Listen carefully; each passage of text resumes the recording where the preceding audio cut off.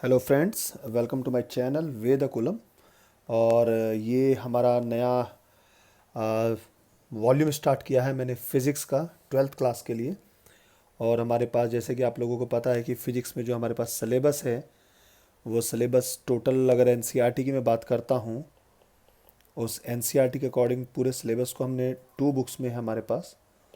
और दोनों बुक के अंदर हमारे पास बेसिकली जो हम बिहेवियर पढ़ने जा रहे हैं, जो 11th क्लास में जो हम मास के बारे में पढ़ रहे थे, वो 12th क्लास में हम लोग चार्ज के बारे में पढ़ने जा रहे हैं। तो यहाँ पर हमारे पास जो इसकी फर्स्ट यूनिट आती है एज पर NCERT syllabus, that unit is electrostatics.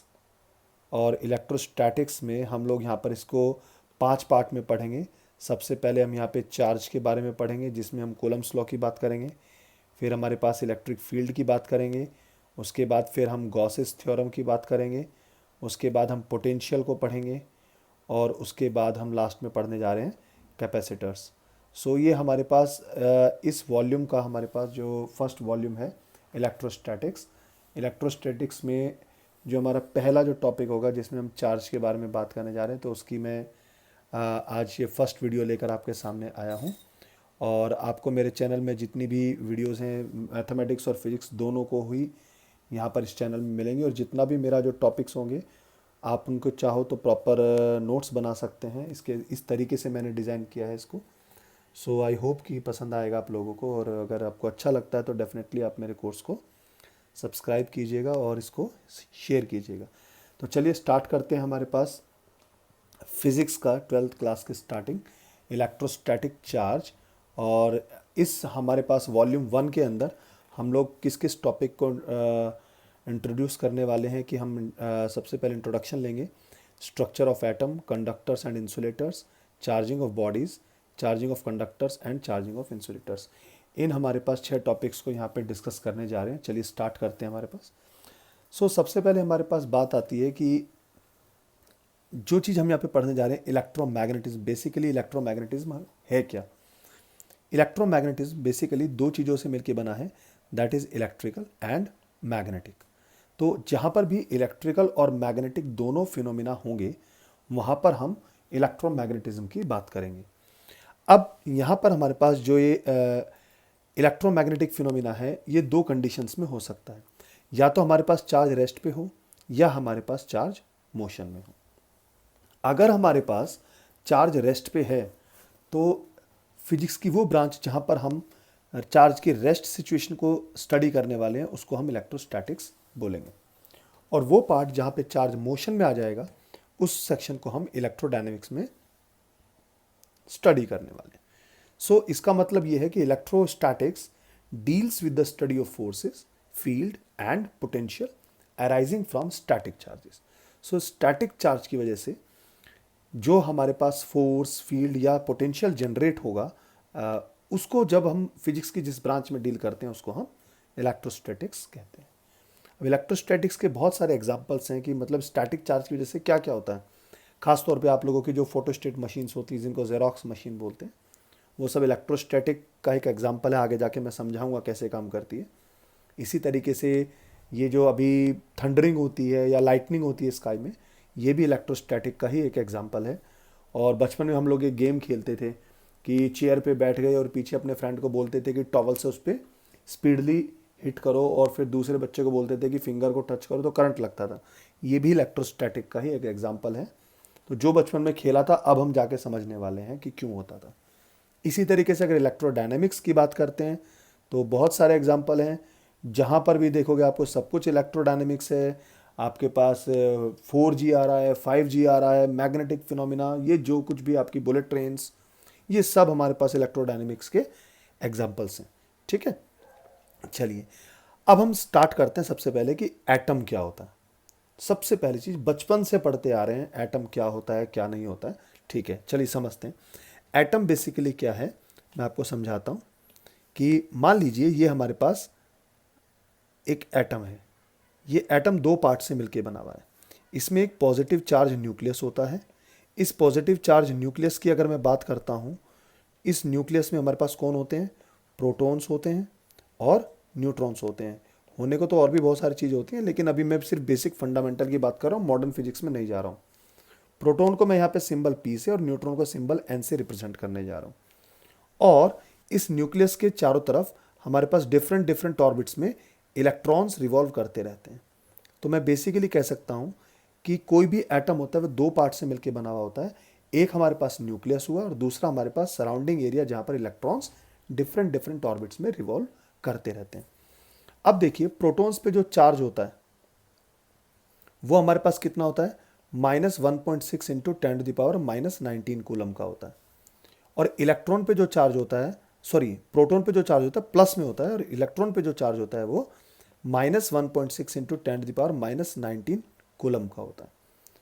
और न्यूट्रॉन पे कोई चार्ज नहीं होता है। तो अगर मैं एज अ होल सोल पूरे इस एटम के टोटल चार्ज को ऐड करता हूं, तो इलेक्ट्रॉन का चार्ज, प्रोटॉन का चार्ज प्लस न्यूट्रॉन का चार्ज अगर ऐड करते हैं तो ये टोटल आ जाएगा 0। इसका मतलब किसी भी एटम पे जब वो हमारे पास नॉर्मल स्टेट में होता है उस पर टोटल चार्ज 0 होता है। तो इसलिए हम बोलते हैं कि जो एटम होता है वो न्यूट्रल होता है अपने आप में। क्लियर?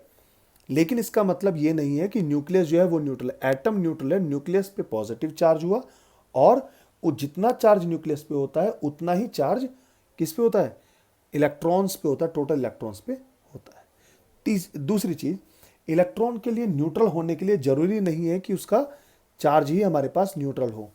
देखिए एक एटम न्यूट्रल कब होता है, फॉर एग्जाम्पल ये हमारे पास एक एटम है और ये इसका न्यूक्लियस है।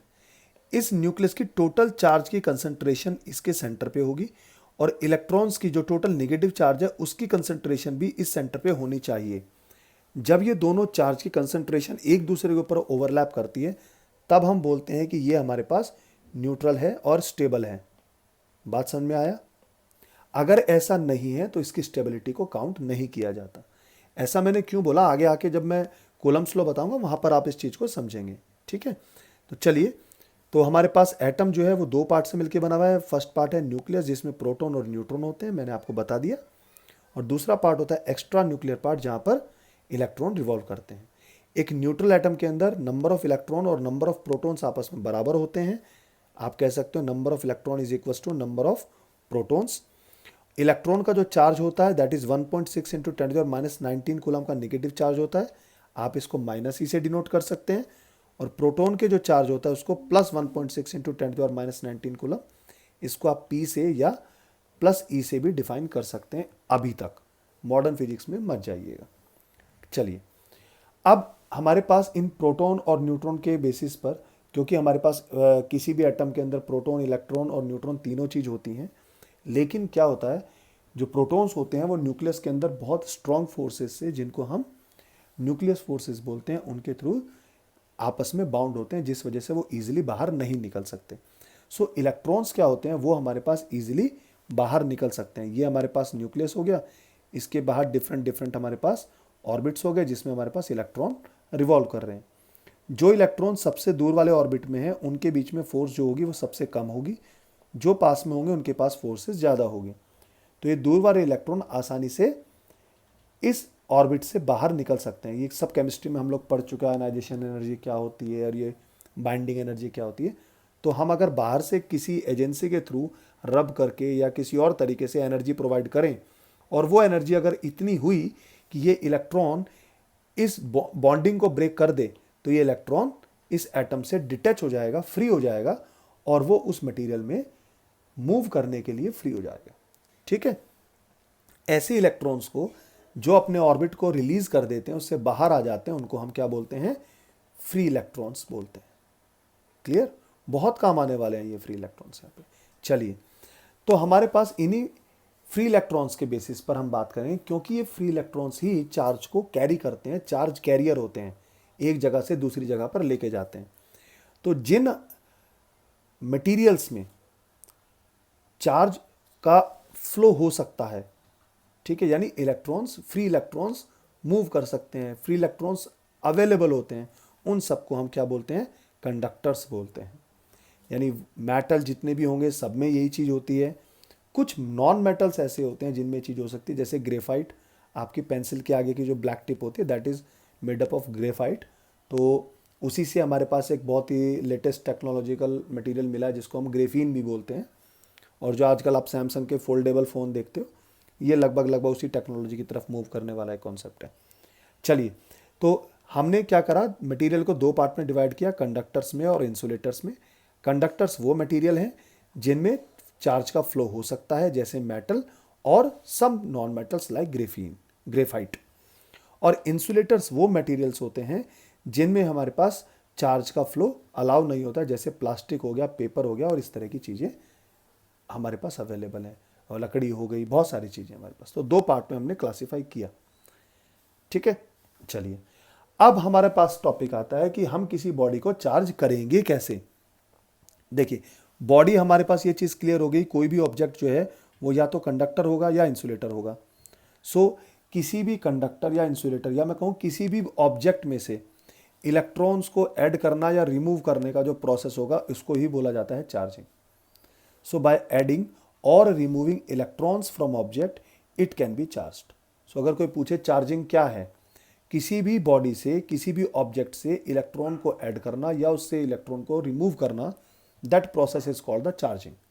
सो जितना इलेक्ट्रॉन आया या जितना इलेक्ट्रॉन चला गया वो कहलाता है एक्सेस इलेक्ट्रॉन, और वही एक्सेस इलेक्ट्रॉन उस ऑब्जेक्ट का चार्ज डिसाइड करता है। हमें उसके पास टोटल कितने इलेक्ट्रॉन, उससे कोई मतलब नहीं है, उस तरफ सोचना भी मत। चलिए, अब हम कंडक्टर्स इंसुलेटर्स में चार्जिंग करने के अलग अलग तरीकों को पढ़ते हैं। चलिए स्टार्ट करते हैं हमारे पास सबसे पहले कंडक्टर्स की। तो कंडक्टर्स को चार्ज करने के हमारे पास दो तरीके हैं। आपने ये 11th क्लास में भी पढ़ा होगा, इंडक्शन और कंडक्शन। सो यहाँ पर भी कंडक्टर्स को दो तरीके से चार्ज कर सकते हैं, एक होता है कंडक्शन और एक होता है इंडक्शन। कंडक्शन मतलब कांटेक्ट में जब हो जाएंगे तो हम कंडक्शन की बात करेंगे। इंडक्शन नो कांटेक्ट, यानी वो आपस में टच नहीं होंगे तो हमारे पास चार्ज प्रोड्यूस होगा। चलिए, मैंने यहाँ पे लिखा भी है, in conduction both bodies should be in contact. अगर बॉडीज कांटेक्ट में नहीं है, कंडक्शन नहीं होगा। In conduction there is a loss और gain of charge because of movement of electrons. अभी डिस्कस करते हैं हम इसको। तो कंडक्शन को समझते हैं पहले। चलिए, कंडक्शन क्या होता है। मान लीजिए मेरे पास ये एक बॉडी है, ठीक है। इस बॉडी के पास कितना है, 10 इलेक्ट्रॉन्स हैं, तो नो डाउट 10 प्रोटॉन्स भी होंगे। ये हमारे पास बॉडी ए। अभी इसके पास टोटल चार्ज कितना है, टोटल चार्ज है हमारे पास 0, क्योंकि हमारे पास जितने इलेक्ट्रॉन है उतने प्रोटॉन है। ये हमारे पास दूसरी बॉडी है बी, इस पे हमारे पास 5 इलेक्ट्रॉन है, इसके पास भी 5 प्रोटॉन है, तो इसके पास भी अभी भी टोटल चार्ज कितना हुआ, 0 ही हुआ। अब आपने इसको एक वायर से कनेक्ट कर दिया तो क्या होगा, एक बॉडी से दूसरी बॉडी में इलेक्ट्रॉन फ्लो करने लगेंगे। क्यों करने लगेंगे, इसको हम आगे जब पोटेंशियल पढ़ेंगे वहां पे समझेंगे कि चार्ज हमेशा हायर पोटेंशियल से लोअर पोटेंशियल की तरफ ट्रेवल करता है।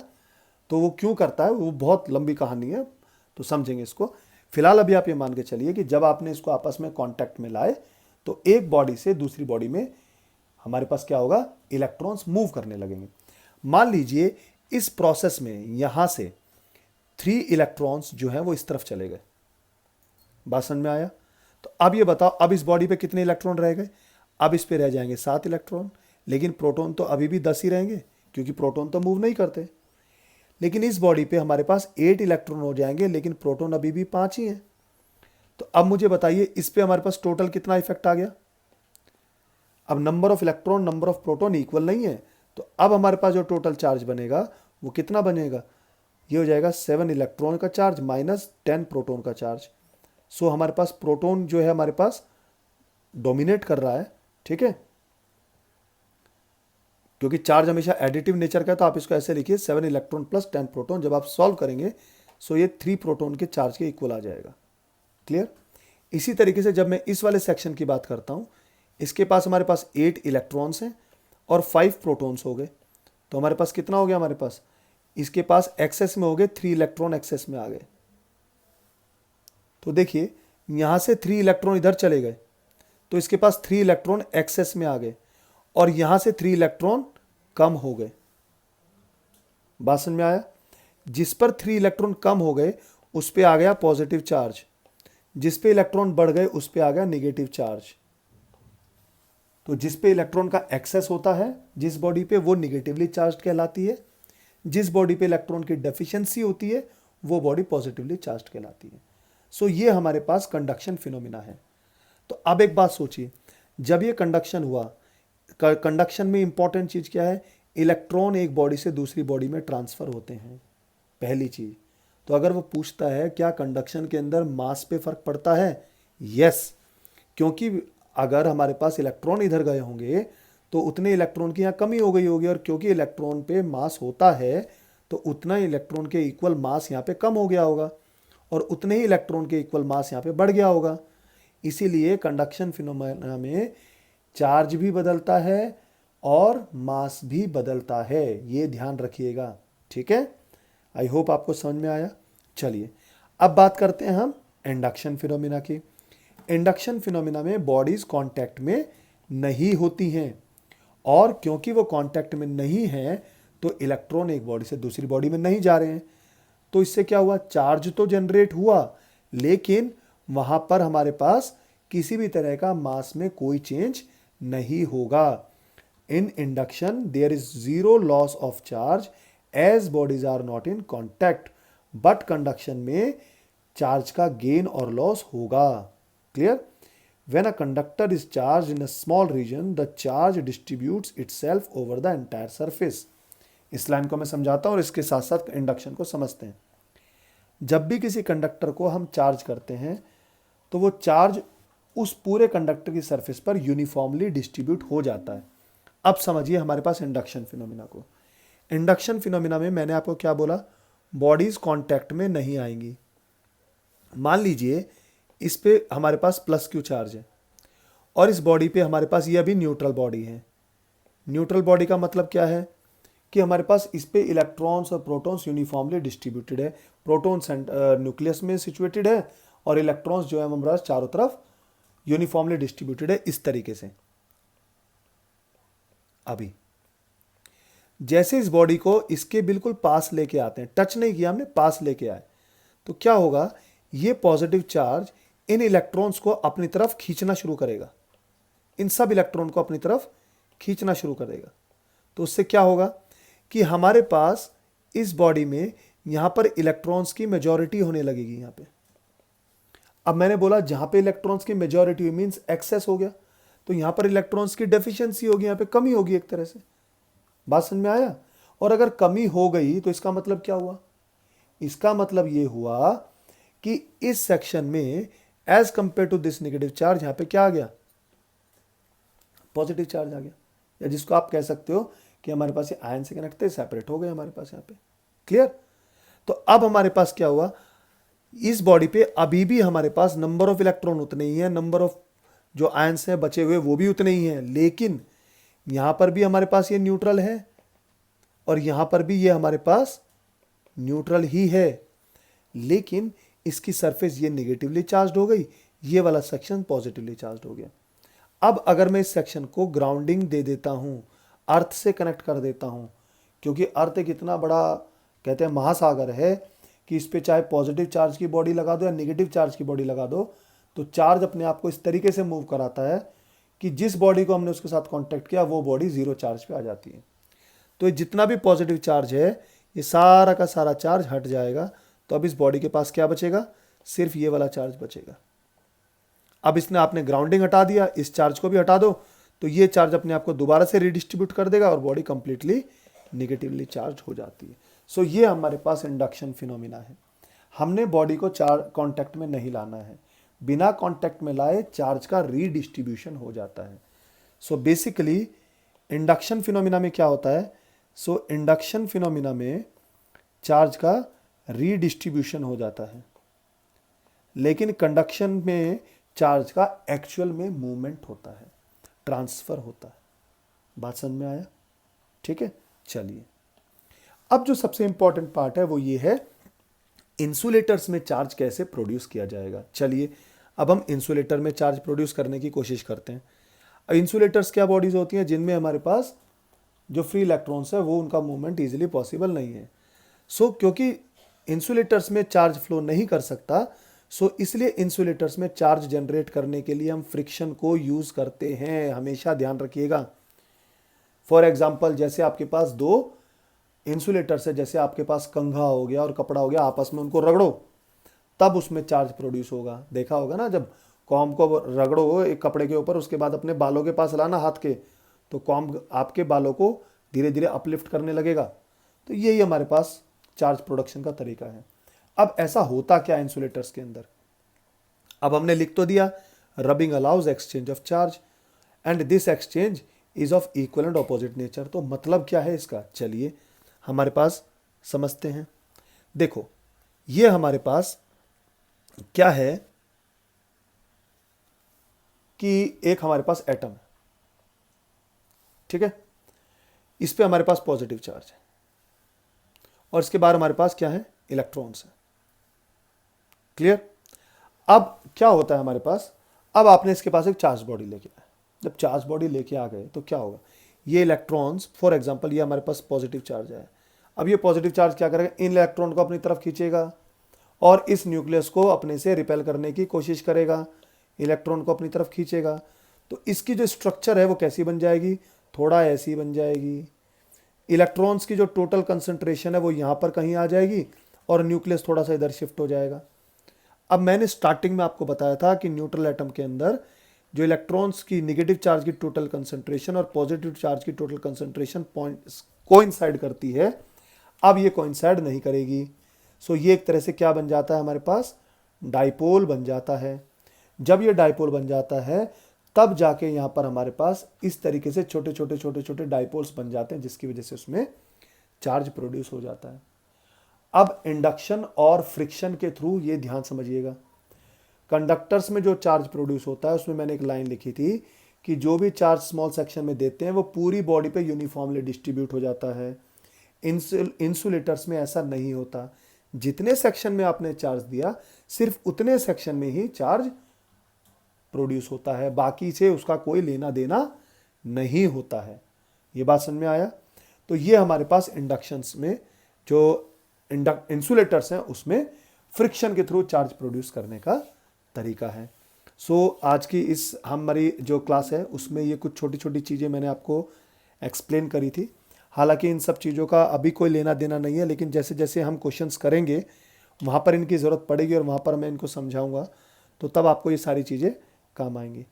तो नेक्स्ट वॉल्यूम में हम लोग डिस्कस करने जा रहे हैं चार्ज की प्रॉपर्टीज़, और जो 3 बेसिक प्रॉपर्टीज़ हैं, conservation of charge, additive nature of charge और क्वांटाइजेशन ऑफ चार्ज, इनको डिटेल में पढ़ने जाएंगे।